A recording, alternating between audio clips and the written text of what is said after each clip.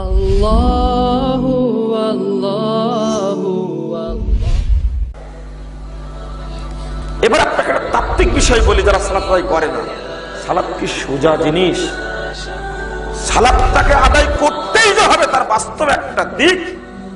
যারা সালাত আদায় করেন না, মাইকের আওয়াজ যাচ্ছে, আগামী ফজর থেকে আপনাকে সালাত আদায় করতেই হবে, সেই দাবি রাখলাম। সালাত আদায় না করে আপনি মারা যাওয়ার চেষ্টা করবেন না, মরলেই জাহান্নামে যেতে হবে। 1 মিনিটের জন্য কেউ জাহান্নামে যাবেন? 1 সেকেন্ড যেতে চান না?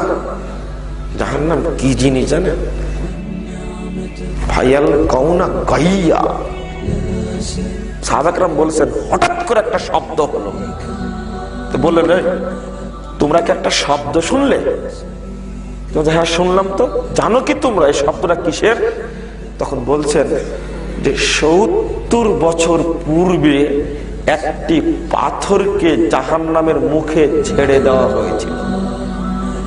ওই পাথরটি 70 বছর পরে আজকে জাহান্নামের তলদেশে নিক্ষিপ্ত হলো। সেই শব্দ আপনি এবার ভাবুন তো দেখি, একটা বোঝার চেষ্টা করুন তো। একটা পাথর ছেড়ে দেওয়ার পরে ও 1 মিনিটে কত দূর নামতে পারে?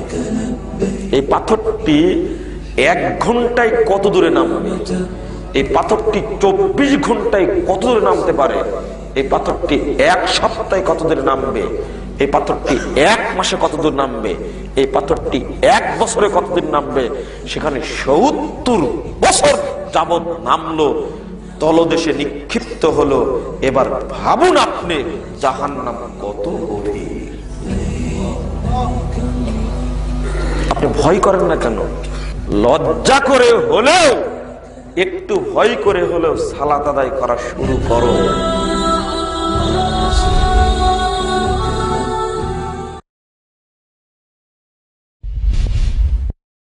আল্লাহু আল্লাহু আল্লাহু আল্লাহ আল্লাহ।